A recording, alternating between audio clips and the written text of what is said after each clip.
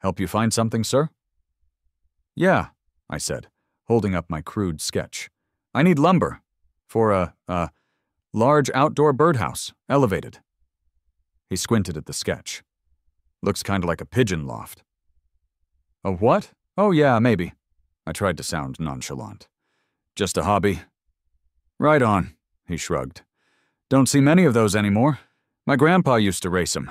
Okay, you'll need pressure-treated for the posts, probably some 2x4S for framing, plywood for the walls. My name is Frank. I design corporate logos from the quiet sanctuary of my suburban home office." Exciting stuff, I know. My window looks out onto my backyard. A modest patch of green, a slightly leaning fence shared with Mr. Henderson, more on him later, and, until recently, the main attraction, a clear plastic tube bird feeder hanging from the maple tree. Now, I'm not some hardcore ornithologist. I can't tell a tufted titmouse from a tawny owl, but I liked watching them. The frantic energy of the chickadees, zipping in and out like tiny feathered fighter jets. The bold flash of a cardinal, looking impossibly red against the green leaves. Even the dopey mourning doves pecking around on the ground below. It was nice. A little slice of nature delivered right to my window. A pleasant distraction from kerning fonts and arguing about hex codes. My wife, Brenda, yes, another Brenda, the universe has a sense of humor, bought it for me one birthday. "To give you something to look at besides a screen all day," she'd said. And she was right. I'd find myself pausing work just to watch a nuthatch cling upside down or a goldfinch patiently wait its turn. I even started naming the regulars. There was Chippy, a particularly bold chipmunk who'd figured out how to raid the feeder despite my best efforts, Red, the aforementioned cardinal, and the Blue Brothers, a pair of jays who acted like they owned the place. "Look, Brenda," I'd say, pointing. "Red's back, and he brought the missus." Brenda would glance up from her book. "Lovely, dear. Just make sure you fill it. They look hungry." Life was simple. Life was good. Life involved small birds eating seeds. What could possibly go wrong? Enter Mr. Henderson. And the squirrels. Mr. Henderson, my neighbor to the left, is a man whose resting face looks like he just smelled sour milk. His passion in life is his vegetable garden, specifically his prize-winning tomatoes, which he guards with the vigilance of a Cold War border patrol. And squirrels, apparently, enjoy Henderson's tomatoes almost as much as they enjoy my birdseed. The feeder, despite my efforts, was basically a squirrel buffet. I tried greasing the pole, hilarious for 5 minutes, then they figured it out. I bought a squirrel-proof feeder with weight-activated doors. Chippy the chipmunk treated it like a puzzle box and solved it in an afternoon. I even tried sprinkling cayenne pepper in the seed. The squirrels didn't care, but a poor blue jay sneezed for 10 minutes straight. One Saturday morning, Henderson appeared at the fence line, his face thunderous. "Frank," he barked, startling me mid-sip of coffee. "Your rodent magnet is causing problems again." "Morning, George," I said mildly. "Squirrels giving you trouble?" "Trouble," he sputtered. "They dug up my petunias. They tunneled under my prize zucchini. And I saw one." He pointed an accusatory finger towards my feeder, bold as brass, sitting on my fence eating one of my early girls. "It's that damn feeder attracting them." "Now, George," I started, trying for diplomacy. "Squirrels are kind of everywhere, feeder or no feeder." "Not like this," he insisted. "They congregate here. It's like a furry Woodstock. You need to get rid of it." "I'll try a different type of feeder," I offered, trying to placate him. "Maybe one they really can't get into." He just grumbled and stalked back towards his beleaguered tomatoes. I sighed. Brenda, who had overheard from the kitchen window, poked her head out. "You know how Henderson is, Frank," she warned. "He complained to the HOA last year because the kid down the street was practicing his trumpet too loudly. before 4 p.m. on a weekday. It's a bird feeder, Bren, I said, shaking my head. How much trouble can a bird feeder cause? I really needed to stop asking rhetorical questions like that. About a week later, the letter arrived. Thick, cream-colored envelope. Ominous HOA logo embossed in the corner. My stomach did a little flip-flop. I opened it with a sense of dread usually reserved for tax audits or jury duty summons. Oakwood Estates, Homeowners Association. Official notice of violation, 2, Frank Miller, 12 Maple Lane. From Oakwood Estates, HOA Architectural Control Committee. Subject, violation, notice. Bylaw, Section 8, Paragraph 14. Unapproved wildlife attractant. Nuisance activity. Dear Mr. Miller, it has come to the attention of the board that a violation of HOA bylaws exists at the aforementioned property. Specifically, an unapproved bird feeding device has been installed, which has been observed attracting rodents, including but not limited to Surus carolinensis, and resulting in the scattering of seed hulls and other debris upon common and adjacent private properties. This activity constitutes a nuisance and is in violation of community standards designed to maintain aesthetic harmony and prevent vermin infestation. You are hereby directed to remove the offending device immediately. Failure to comply within 10 calendar days of the date of this notice will result in the levying of fines as outlined in Bylaw Section 15, Paragraph 3, $50 per day. Sincerely, the Oakwood Estates HOA Board. Gladys Carmichael, Chairperson, ACC. I read it twice. Rodents? Surus carolinensis? They couldn't even just say squirrels? Offending device? It was a $15 plastic tube. Brenda! I yelled, waving the letter. You are not going to believe this. Brenda read it, her lips tightening. Gladys Carmichael. Of course. Henderson must have gone straight to her. I told you he would. But it's insane. I paced the living room, fueled by righteous indignation. They're banning a bird feeder? What's next? Banning flowers that attract bees? Banning grass that attracts robins? Where does it end? Probably with Gladys measuring everyone's lawn height with a laser level, Brenda muttered. Frank, maybe just take it down? It's not worth the fines. No. I slammed my fist on the coffee table. Gently, its particle board. No, it's the principle of the thing. It's a bird feeder. I'm going to fight this. I'm going to the HOA meeting. Brenda closed her eyes. Oh, Frank, please try not to quote the Constitution at Gladys again. It didn't work last time with the recycling bins. Me? Quote the Constitution? Okay, maybe that one time. But this was different. This was about birds and squirrels and my God-given right to scatter sunflower seeds in my own damn yard. The HOA meeting was held, as always, in the community clubhouse, a soul-crushingly beige room that smelled faintly of stale coffee and regret. About 15 residents were scattered amongst the folding chairs, looking either bored, angry, or both.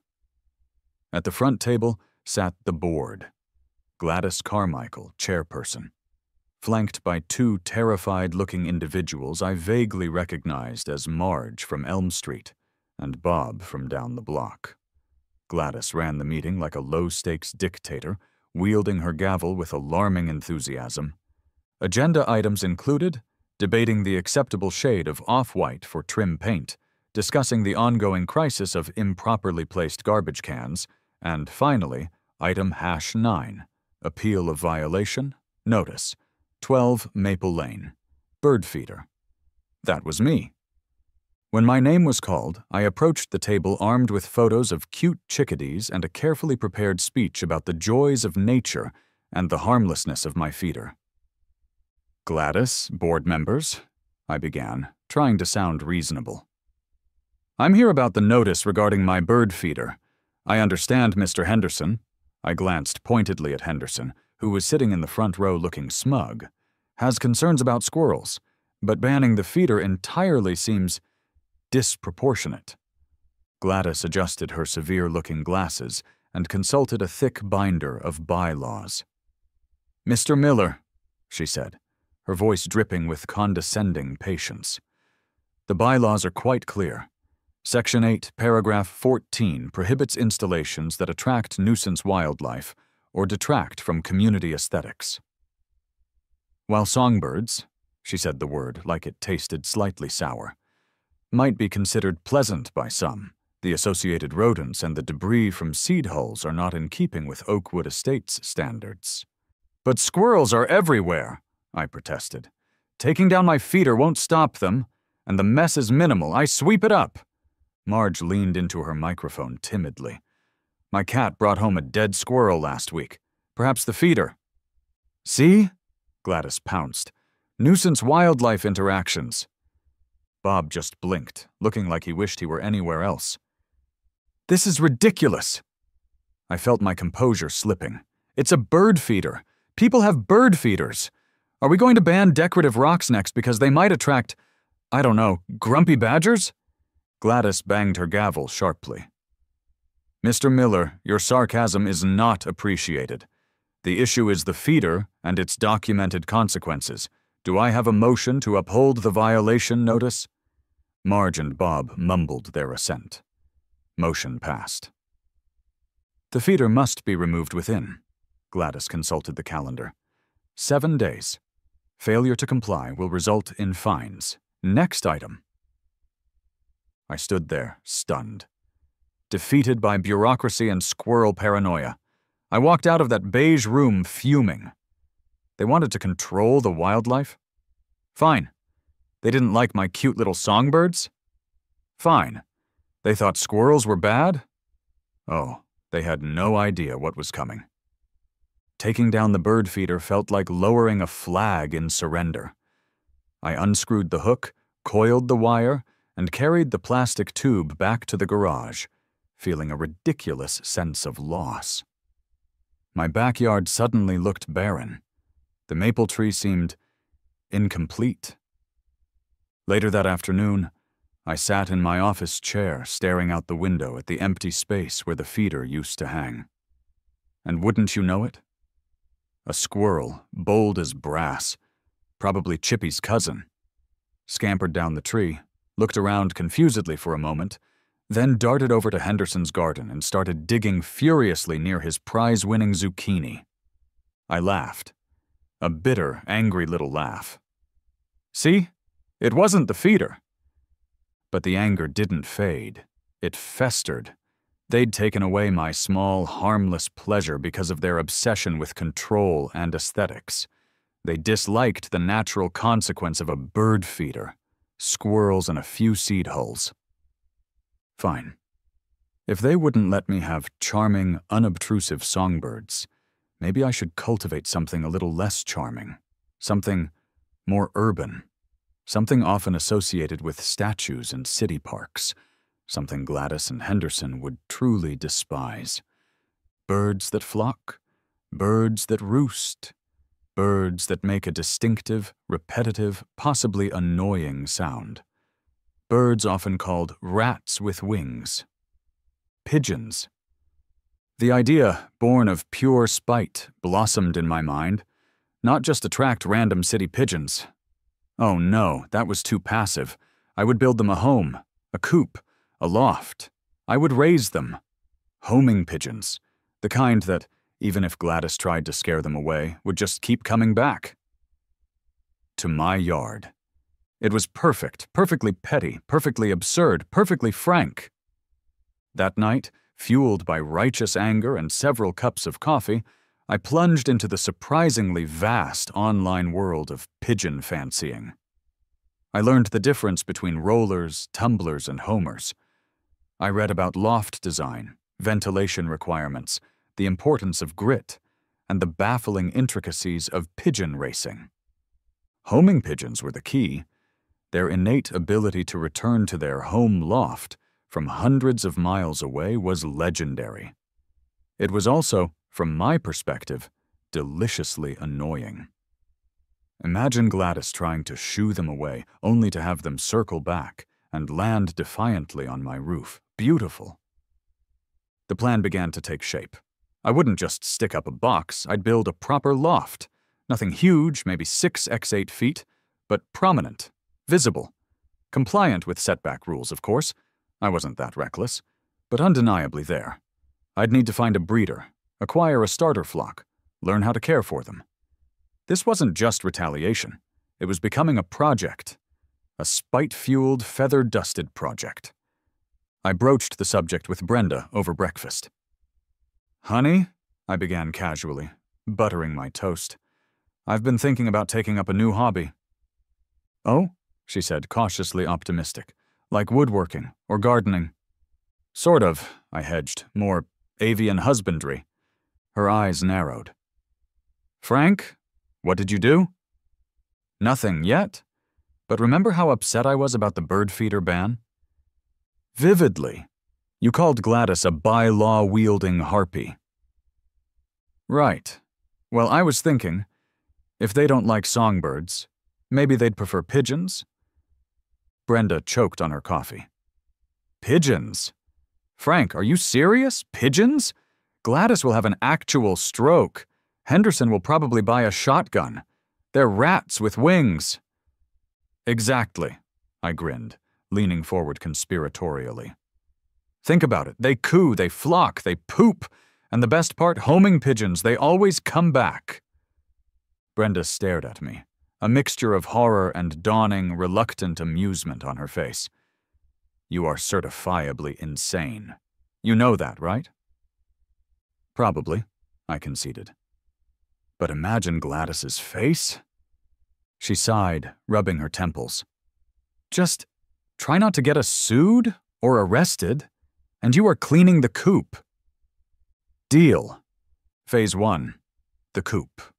Or, as I preferred to call it, the loft of righteous indignation. I sketched out plans, elevated structure, landing board, nesting boxes, proper ventilation. Nothing too fancy, but solid. And definitely visible from Henderson's kitchen window. My first stop was the local lumber yard. I wandered the aisles, trying to look like I knew what I was doing. A young guy in an orange apron eventually took pity on me. "Help you find something, sir?" "Yeah," I said, holding up my crude sketch. "I need lumber for a large outdoor birdhouse, elevated." He squinted at the sketch. "Looks kinda like a pigeon loft." "A what? Oh yeah, maybe." I tried to sound nonchalant. "Just a hobby." "Right on," he shrugged. "Don't see many of those anymore. My grandpa used to race 'em. Okay, you'll need pressure-treated for the posts, probably some 2x4S for framing, plywood for the walls." He helped me load up my minivan, which sagged alarmingly under the weight. Getting it all home and unloaded was an ordeal in itself. Then came the actual building. My carpentry skills, honed by assembling IKEA furniture, proved somewhat inadequate for constructing a sturdy outbuilding. Measurements were slightly off. Cuts were not quite straight. I hit my thumb with the hammer at least 3 times. The structure, when framed, leaned slightly to the left. I considered hiring a handyman, but my spite-fueled budget was already stretched thin by the lumber cost. Neighbors watched my progress with curiosity. Henderson peered over the fence daily, his expression growing increasingly suspicious. Gladys drove by slowly in her beige Camry, her eyes narrowed. "Building a shed, Frank?" Henderson finally asked one afternoon, unable to contain his curiosity. "Something like that, George," I replied cheerfully, wrestling with a warped piece of plywood. "Hobby space." "Looks mighty tall for a shed," he grumbled. "And what's that little door for? Gnomes?" Ventilation," I lied. After a week of sweat, frustration, and copious amounts of wood glue, the loft of righteous indignation stood proudly, if slightly crookedly, in my backyard. It wasn't exactly architectural digest material, but it was solid, and it was ready for occupants. Now for the pigeons. My online research led me down a rabbit hole of forums, classifieds, and websites with names like Winged Warriors Lofts and Coup Haven. I finally found a promising, if slightly sketchy, listing on Craigslist: homing pigeons, champion bloodlines, reasonable prices, call Sal. I called. A gravelly voice answered after 6 rings. Yeah? Hello, is this Sal? I'm calling about the homing pigeons. Who's asking? The voice rasped suspiciously. My name's Frank Miller. I saw your ad. I'm looking to start a small loft. Yeah? What for? You ain't gonna eat 'em, are ya? 'Cause these ain't squab birds. These are athletes. No, definitely not eating them, I assured him quickly. It's for, hobby, maybe some light racing later on. A grunt. All right. You know anything about birds? A little, I lied. I've been reading. Reading ain't doing. All right, come on out Saturday. Got a few young birds might suit you. Address is 14 Old Creek Road. Look for the mailbox shaped like a pigeon. Saturday arrived. 14 Old Creek Road was less farm and more collection of ramshackle outbuildings surrounded by chain-link fence. The mailbox was indeed shaped like a pigeon. As I pulled in, the air filled with the sound of hundreds of cooing birds. Sal emerged from one of the sheds. He was a short, wiry man in stained overalls, with bright, bird-like eyes and hands permanently dusted with what looked like feed. You Frank? He asked, wiping his hands on his overalls. That's me. You must be Sal. Yep, come on, let me show you the birds. Sal's world was pigeons. Coops of various sizes and states of repair were everywhere. He launched into a rapid-fire monologue about bloodlines, training techniques, the importance of grit. Gotta have grit, cleans 'em out. And the personalities of his favorite racers. That's Blue Lightning, fastest bird in 3 counties, except when he stops for a snack. He showed me a pen of young birds, sleek, alert-looking pigeons in various shades of gray, white, and iridescent purple-green. These here are youngsters, Sal explained. Good homers. Train 'em right, they'll come back from anywhere. Gotta settle 'em to your loft first, though. Keep 'em locked in for a week or 2, let 'em see the surroundings. Then short tosses build up the distance. He squinted at me. You got a proper loft? Good ventilation? Safe from cats? Yes, sir, I said, pointing vaguely towards my slightly crooked creation back home. Just finished it? I picked out 8 birds, a mix of blues and checkers. Sal expertly caught them and placed them in 2 cardboard carrying boxes with air holes. All right, he said, handing me the boxes. $150 for the lot. And remember, he leaned in conspiratorially. Talk to 'em. They like Sinatra. Seriously, calms 'em down. I drove home with 8 pigeons cooing softly in the back seat, feeling a strange mix of excitement and sheer terror. Operation Birdbrain was entering its final phase. Back home, I carried the boxes to the newly christened Loft of Righteous Indignation. My hands were actually shaking slightly. This was it, the point of no return. I opened the first box inside the coop. 4 pigeons cautiously hopped out, blinking in the light, looking around their new home with jerky head movements. They were surprisingly beautiful up close, with intelligent eyes and sleek feathers. I opened the second box. 8 pigeons now milled around the floor of the loft, occasionally letting out soft, tentative coos. I filled the feeders with Sal's recommended pigeon mix and topped off the water dispenser. Following Sal's advice, I locked the small exit door, the trap, that would eventually allow them to enter, but not leave. They needed to imprint on this location as home before their first flight. Brenda came out to watch, keeping a safe distance. Well, I asked, unable to keep the grin off my face. What do you think? They're surprisingly quiet, she admitted, and cleaner than I expected. For now. See? Harmless hobbyists. Frank, she said, giving me a look, they haven't even flown yet. Don't declare victory until Henderson sees them on his roof. Over the next week, I followed Sal's instructions.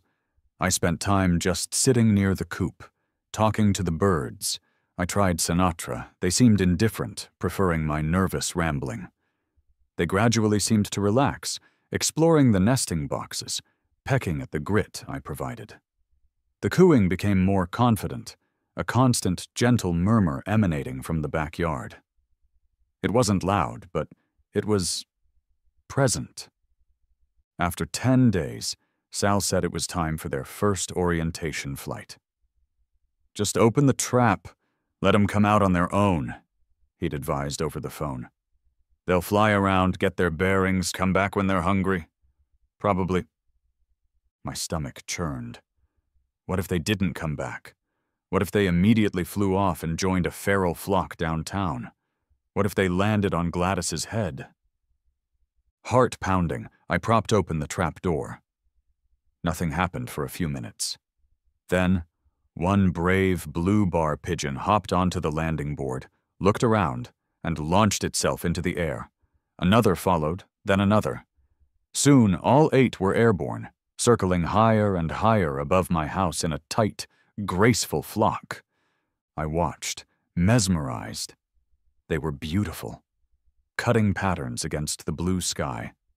They circled my property, then widened their path, flying over Henderson's yard, then further down the block.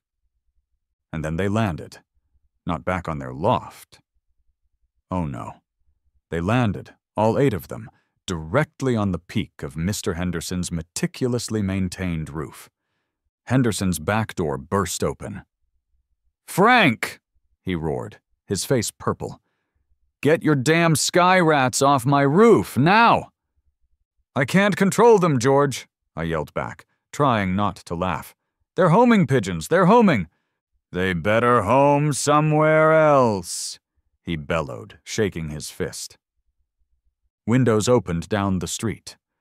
Mrs. Gable emerged onto her porch, phone already out. The pigeons, seemingly unfazed by the shouting, strutted back and forth on Henderson's ridgecap for a few minutes before launching themselves back into the air, circling once more, and then one by one, dropping neatly through the trap door back into their loft. They were back, and Henderson knew it. The war had officially taken flight. It took less than 24 hours for Gladys Carmichael to appear on my doorstep, Henderson hovering behind her like a thundercloud. Gladys held a freshly printed violation notice. "Mr. Miller," she snapped, bypassing pleasantries entirely. "Pigeons. You installed a pigeon coop. This is an outrage." "It's a loft, Gladys," I corrected mildly. "For my homing pigeons. It's a hobby." "Pigeons are poultry," she declared, brandishing the notice. "Section 18 of the bylaws explicitly prohibits the keeping of livestock and poultry." "Actually," I countered, having anticipated this argument and consulted Google extensively, domestic pigeons, Columba livia domestica, are generally not classified as poultry by most municipal codes unless raised for meat or eggs, which these are not. They're considered companion animals or hobby birds in many jurisdictions. Gladys's eye twitched. "They are noisy. They are messy. Mr. Henderson reports they defecated on his roof." "Birds tend to do that, Gladys," I pointed out, "including the robins you probably encourage."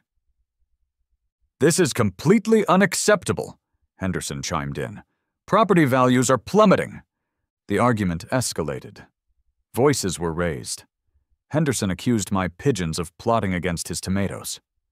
Gladys threatened lawsuits, liens, and possibly excommunication from the neighborhood potluck.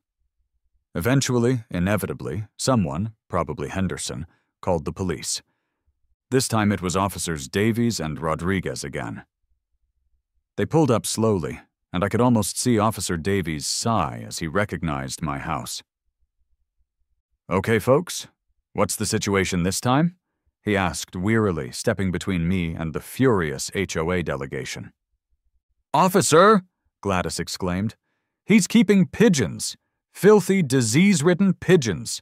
It's against the bylaws." "He says they're pets," Officer Rodriguez said, looking at me.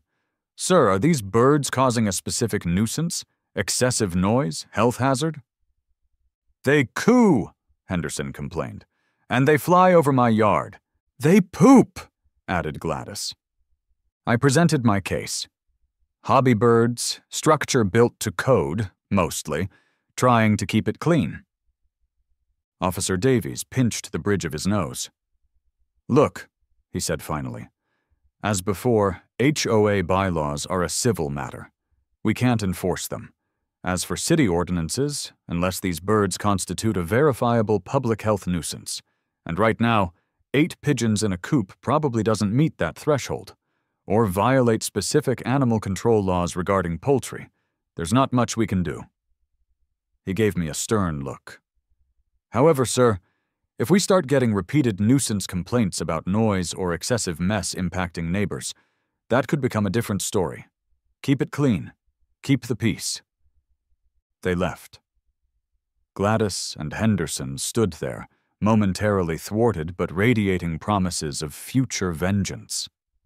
My pigeons cooed softly from the loft, oblivious. Round 2 to Frank, but I had a feeling this was far from over. Winning the initial skirmish felt good. Living with the consequences? Less glamorous. Pigeons, it turns out, are creatures of habit, and noise, and prodigious amounts of poop. The gentle cooing that initially seemed charming became a constant background noise, particularly loud in the early mornings. Feeding them wasn't cheap. They went through bags of special pigeon mix like feathered locusts, and the mess, oh the mess. Cleaning the loft became a non-negotiable daily chore. Scraping dried droppings, replacing nesting materials, disinfecting surfaces.